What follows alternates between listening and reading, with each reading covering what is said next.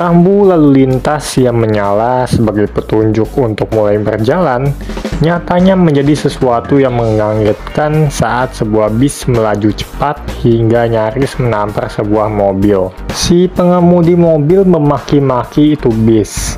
Lalu si temannya yang di dalam mobil berniat untuk menelpon polisi. Dan direspon setuju oleh pria yang memaki-maki itu karena merasa sopir bis yang ugal-ugalan. Nyatanya, si temannya tadi berniat untuk menelpon polisi bukan karena sopir yang ugal-ugalan, tapi ada seseorang yang sedang menodongkan pistol di dalam bis itu, serta mengawali chapter ini dengan judul Revolution.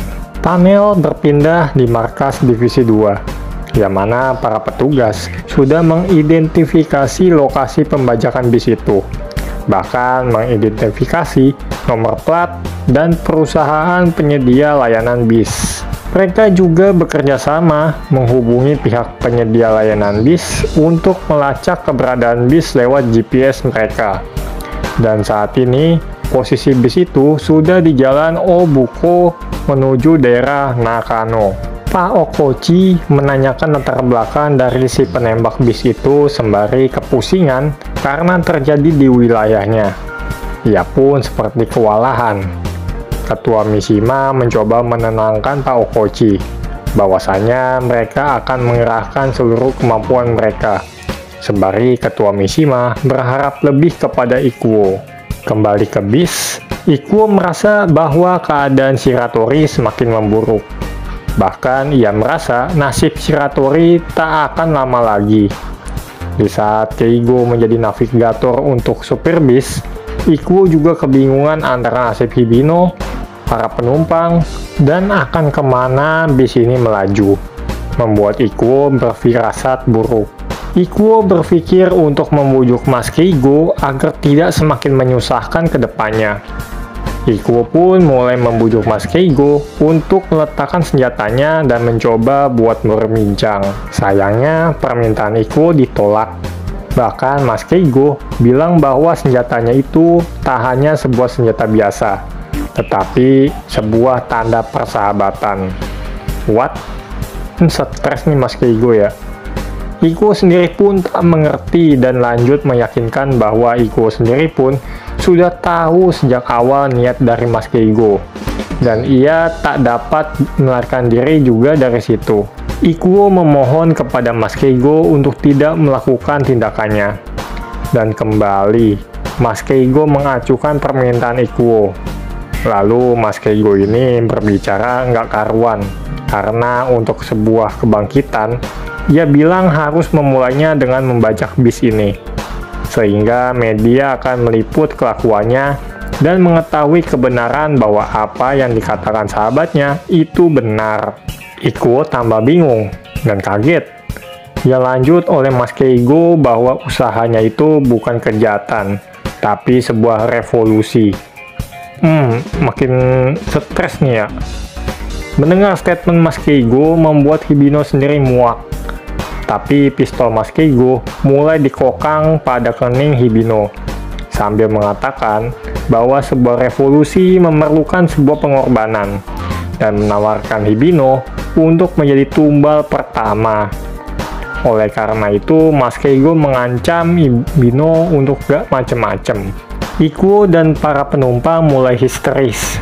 Bahkan salah dua dari mereka terintimidasi untuk tak mengatakan apapun kepada media dan polisi. Ada juga yang ingin memberikan sejumlah uang ke Mas Keigo. Ketakutan di antara penghuni bis semakin mencekam. Ikuo sendiri pun tak mengerti motif dari Mas Keigo. Dari mana ia mendapatkan pistol, bagaimana ia gak ragu buat nembak Shiratori, dan perkataan tak masuk akalnya. Beralih ke markas Divisi 2. Ketua Mishima diberikan sebuah info terkait background dari Mas Keigo ini dari Kura. Selain ia memang lulusan dari Universitas Wasegawa, Kura menemukan sebuah foto di kamar Mas Keigo. Foto itu adalah seorang pensiunan profesor arkeologi di bidang seni Universitas Wasegawa, bernama Kiriya Yoichiro. Kura pun mencoba mengkonfirmasi kepada pihak kampus bahwasannya Pak Kiriya ini sudah tak di sana dan menjadi advisor di kampus itu. Lalu, apa keterlibatan dari Prof. Kiriya ini? Diketahui Prof. Kiriya ini merupakan seorang yang dihormati pada bidang arkeolog. Dan Mas Keigo ini adalah mahasiswa pintar yang direkomendasi olehnya. Ketika Mas Keigo gagal mendapatkan jabatan profesor, Prof. Kiriya meninggalkannya. Padahal Prof. Kiriya pernah berjanji mengangkatnya sebagai asisten pengajar. Oleh karena itu, disimpulkan bahwa Mas Keigo ini memiliki dendam dengan Prof. Kiriya ini. Mishima sendiri menyadari bahwa ini adalah masalah OD atau over doctor.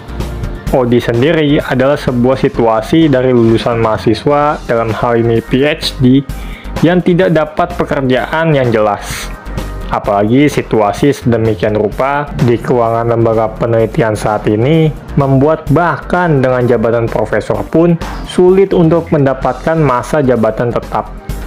Apalagi banyak di antara mereka yang mengalami masalah psikologi, bahkan memutuskan untuk bunuh diri.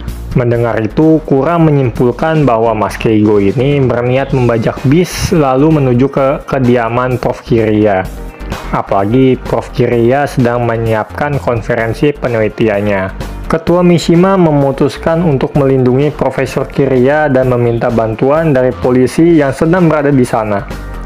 Dengan ini, Mishima juga berniat untuk memberitahukan masalah ini ke kantor pusat.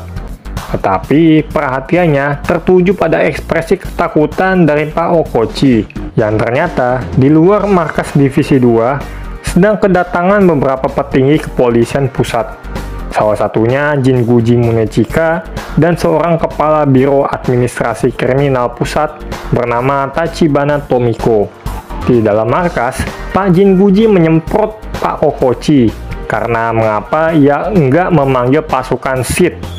Nah, yang kita semua sudah mengetahui di chapter sebelumnya bahwa pasukan ini adalah sebuah bagian dari kepolisian yang bertanggung jawab atas kasus pembajakan dan penyanderaan.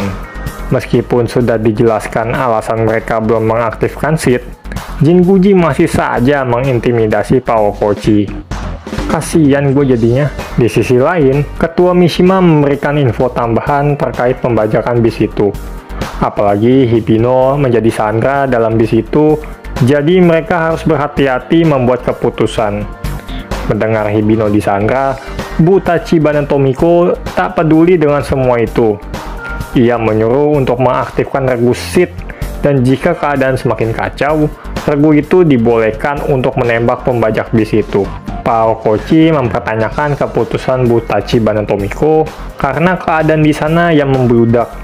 Apalagi ditakutkan Hibino akan menjadi korban tembak dari sang pembajak. Dengan acuh, Bu Tachibana Tomiko kembali tak mempermasalahkannya. Apalagi di sana ada dua petugas polisi dan seharusnya mereka bisa menanggulangi masalah tersebut. Mendengar ketegasannya, Pak Okochi seperti terkena mental. Apalagi ia mengetahui sepak terjang dari Bu Tachibana Tomiko ini yang secara khusus seperti menahan generasi perwira wanita berikutnya seperti Hibino.